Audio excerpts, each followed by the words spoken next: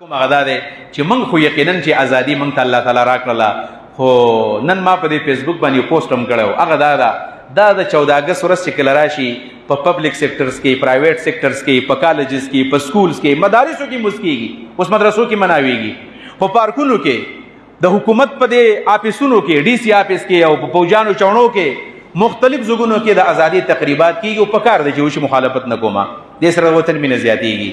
په هغې کې ملي نغمې ویلی کېږي او په هغې کې ټبلوس پیش کېږي، په هغې کې قسمه قسم ترانې ویلی کېږي.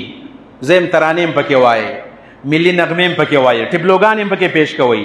مشکل پکې دا دی چې زما استاد د مسلمانانو د پښتنو او د پاکستانو لوریانې سټیج ته راولي او د ټبلو په نوم باندې هغه په دې سټیج باندې د مسلمانانو مخو ته ګډوي.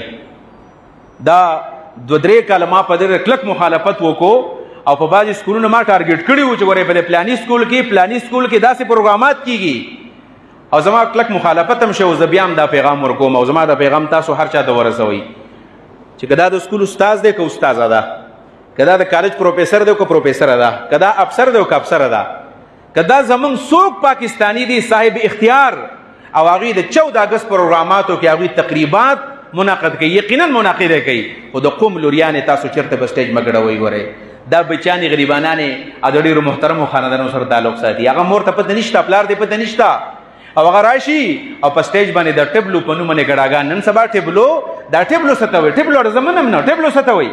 همدغه ډانس دی، ډانس پارټي ده، نوم یې وله بدل کړی دی، دا ټبلو ده او په دې نوم باندې جنکۍ او هلکان ګډ کړي او هغه د هغې نه ویډیوز جوړ شي. ټیک ده، بعض ځایونو کې ورته کیمرې لګېدلي، په بعض ځایونو کې کیمرې نه وي، د سکول استاذ د هغې نه ویډیو وکړي او سبا یې په سوشل میډیا باندې وایرل کړي. که د هغه نه وایرل نه شي، د هغه خاوند یې وګوري، د هغه ورور یې وګوري، د هغه نه ویډیو والي تصویران او هغه بیا په دې سوشل میډیا باندې وایرل شي، د ډېرو عزتمندو کورنو د هغې خاندانونو د کور د عزت هغه جنازې ووتلې په دې جوانې. یقینا پروګرامات وکړئ او د دې اقدارو د اسلامي تهذیب خیال په دې کې وساتئ او د ازادۍ پیغام ګډا نه ده.